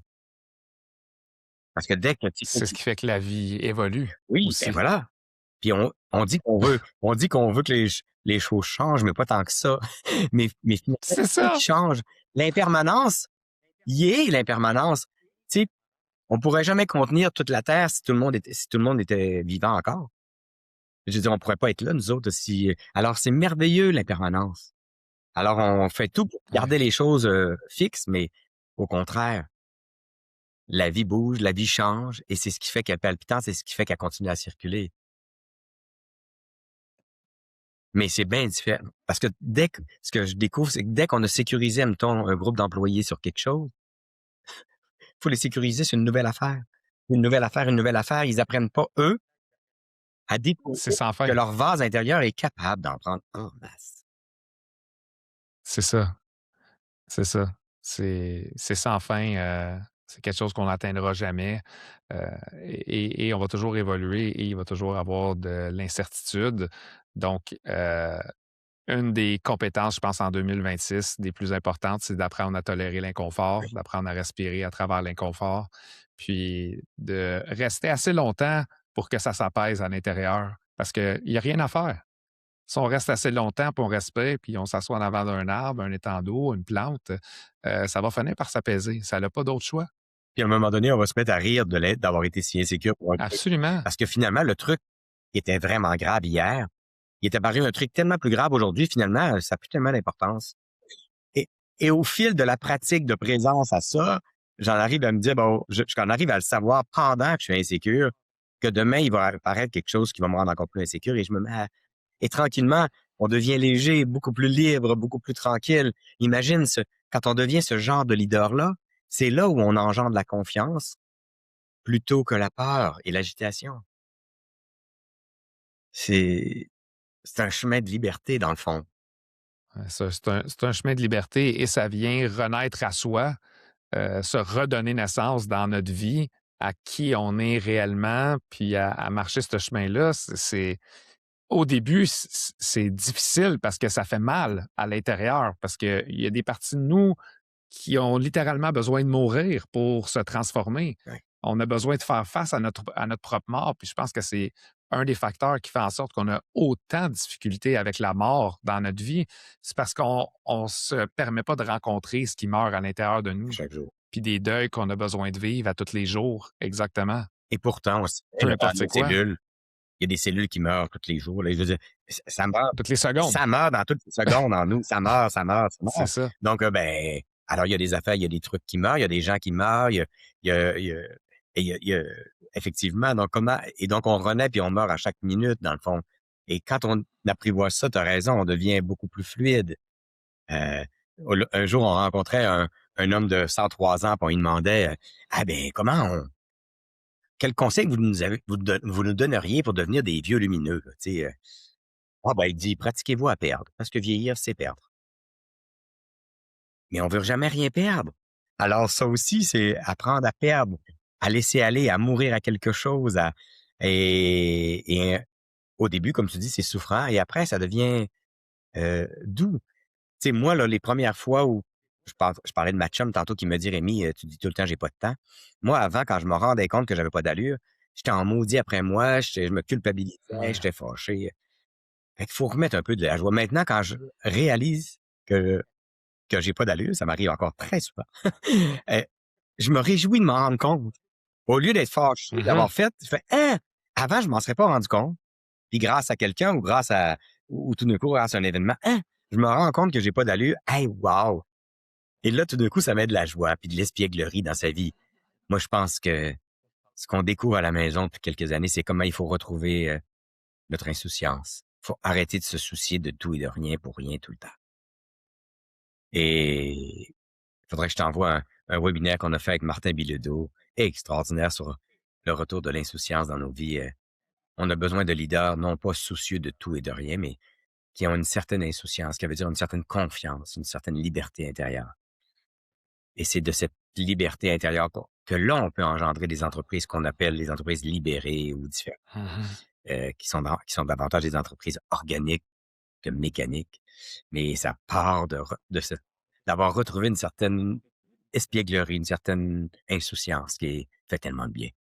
Et puis comme tu viens de le mentionner, pour reprendre ce que tu disais tantôt, du compost de j'ai pas d'allure a pu émerger la joie. Oui, Mais s'il n'y avait pas eu ça, tu n'aurais pas eu accès à ce moment de rire, de joie, parce que ça n'aurait pas été possible. On vit dans un monde duel. Il faut accepter la dualité, oui, le blanc, le noir, le positif, le négatif, le confort, l'inconfort. Si on apprend à embrasser, peu importe on est où, à se questionner, qu'est-ce que j'ai besoin de voir en ce moment que je résiste à voir? oui.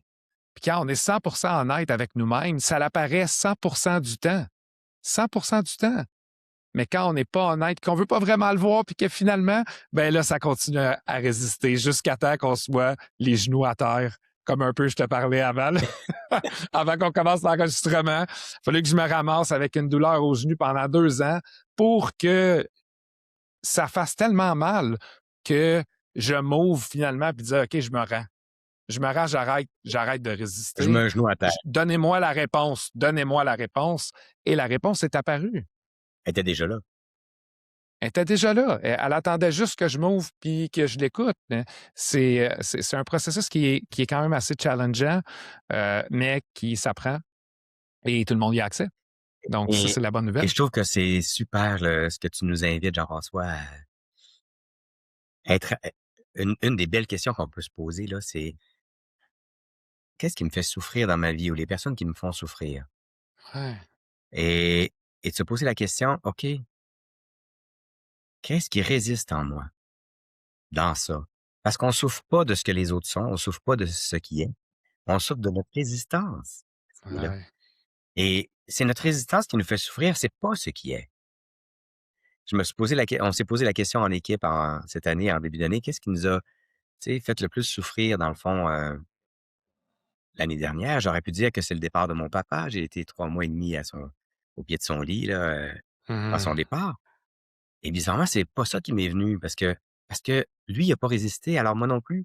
Ça a été comme toi, une aventure extraordinaire, 3 mois et demi au pied de son lit. Je pensais jamais de vivre ça un jour avec lui. C'est merveilleux. C'est complètement autre chose à laquelle j'ai vraiment résisté, qui était 10 fois moins grave que ça. Et c'est ça qui Mhm. me fait. Donc, on souffre de ce à quoi on résiste. Et ça, c'est quand on pense que on souffre de l'autre parce qu'il est pas comme on voudrait qu'il soit, on souffre des situations qui se passent pas comme on voudrait. Non, non. C'est merveilleux d'aller découvrir qu'on souffre de nos résistances. Et ça, ça nous redonne énormément de pouvoir.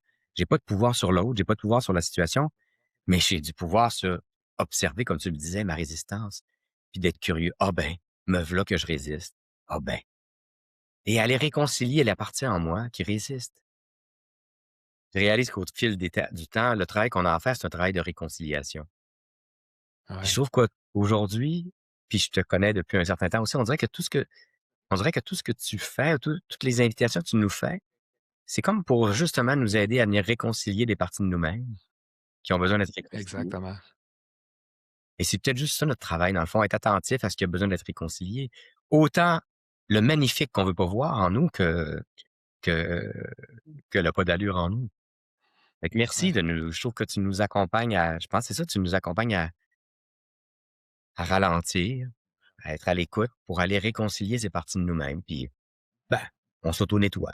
Ouais, et ça l'amène à une ouverture à quelque chose de nouveau auquel on n'aurait jamais pensé avoir accès Mmh. dans notre vie et qui était à l'intérieur, mais qui, de cette difficulté ou de ce caca, va naître avec le compost quelque chose de nouveau. Et j'aurais jamais pensé fonder nos six, j'aurais jamais pensé faire un podcast, te recevoir, recevoir mes invités, parce que pour moi, c'était pas accessible, mais ça, ça l'a grandi à l'intérieur de moi et plus j'ai accepté de me rencontrer dans ma souffrance, plus ça l'a émergé et j'ai pratiqué ce travail-là de réconciliation et c'est une pratique quotidienne.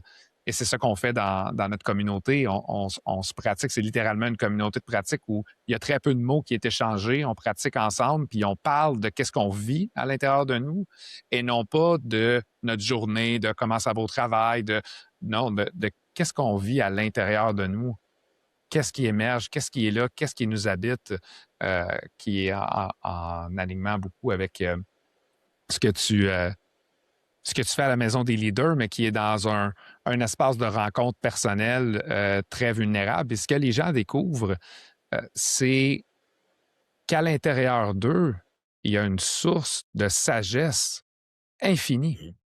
Ah oui. C'est ce que les gens découvrent le plus, c'est quand on enlève tout le bruit, quand on enlève toute la souffrance, tout ce qui reste, c'est de la sagesse profonde et de la guidance claire. Ben, il reste la vie, dans le fond.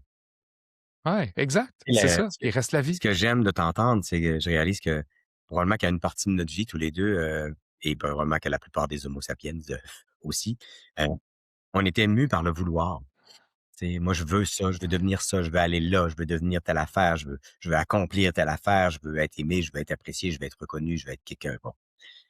Et quand on quand on prend conscience de l'illusion qu'on n'est pas séparé, qu'on n'est pas en survie, on n'a pas à être en survie, tout d'un coup, la question qui apparaît ou qui remplace ou qui vient ajouter peut-être à celle «Qu'est-ce que je veux de ma vie?» c'est «Qu'est-ce que la vie veut faire à travers moi?» Et Ouais. quand je t'écoute parler, on dirait que c'est cette question que je sens t'habiter davantage. OK, je vais attendre que la vie m'interpelle. Je vais m'abandonner. Pour moi, j'ai pas vraiment de réflexion à faire sur la spiritualité, mais si j'avais à la définir aujourd'hui, c'est ma capacité à m'abandonner. Et quand le gland de chêne s'abandonne, il advient. Et quand je t'écoute, on dirait que c'est ça que j'entends. J'entends plus la question: «Qu'est-ce que j'ai l'impression que la vie veut faire avec moi?» Puis je vais m'incliner, je vais mettre un genou à terre, je vais faire ou même les 2 genoux quand c'est le temps. Heu, je te sens beaucoup moins habité par le vouloir. C'est tellement, tellement peu qu'il y a des parties de moi qui disent tu devrais vouloir un peu plus. Oui, oui, parce que là, Et ça accomplissait des affaires cette affaire-là, là.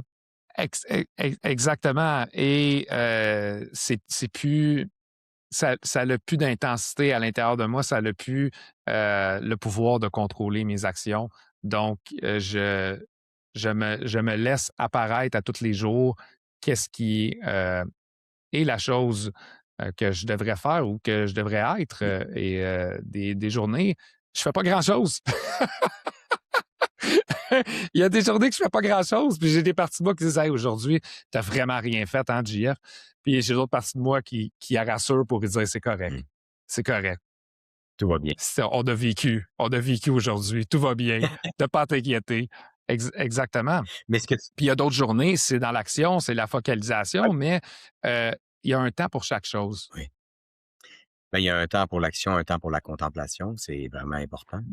Mais j'aimais quand tu disais tantôt, c'est le faire au service de l'aide. Ben, tu sais, à un moment donné, quand la vie t'interpelle, ben là, effectivement, ça prend un minimum de vouloir pour dire, ben là, je sens que c'est ça que j'ai à... Tu sais, moi, la journée où, quand mon père m'a annoncé qu'il avait un cancer de l'estomac, puis qu'il allait partir, puis qu'il voulait pas se battre, là, que pour lui, c'était clair qu'il avait eu une belle vie, puis c'était le temps. Mais après, j'ai gardé mon chum, il a compris que non, j'allais rester là, puis que j'allais déménager dans sa chambre, au pied de son lit pendant 3 mois. Le faire est venu. Et le vouloir Est venu. et donc, c'est pas de rien, il y a rien à rejeter. Et j'aime beaucoup mon collègue Jean-François, il dit souvent ça, c'est pas plus vouloir. C'est mettre mon vouloir, mon action, toutes ces compétences que j'ai développées au fil des années, que mon ego a développé au fil des années au service de ce que la vie veut faire. Tu sais, Mère Teresa, elle en a fait des affaires. Tu sais, elle a fait ce à quoi elle s'est sentie appelée, mais elle en a fait des affaires, mais c'était au service de quelque chose à laquelle elle se sentait appelée.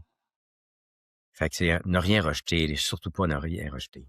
Hey, je sens l'appel de conclure sur cette belle phrase que tu viens de nous donner, que tu viens de nous inviter à faire, ne rien rejeter, ça, me- ça me touche profondément, puis parce que c'est ce que je vis, d'accueillir et de rien rejeter.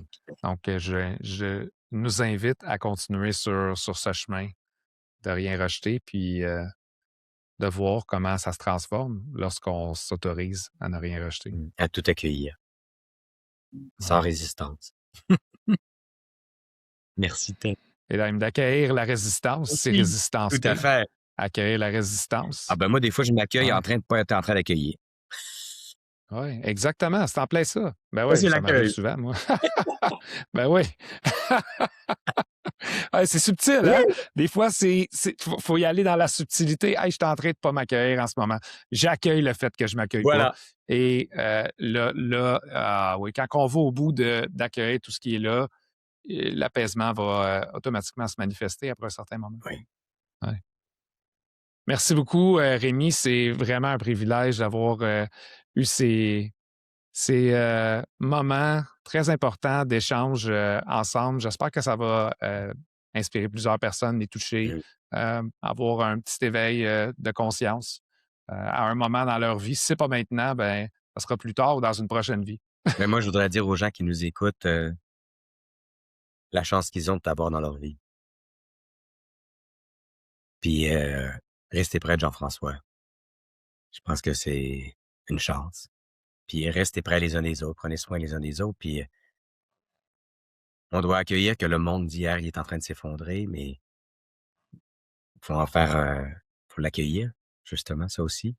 Et c'est ensemble, en partageant ensemble, qu'on va accueillir un nouveau monde. Puis, je pense que Jean-François, tu peux bien nous guider dans ce nouveau monde que tu as réussi à inventer pour toi, puis comment on peut l'inventer pour nous-mêmes et les organisations. Alors, merci pour ce moment avec toi.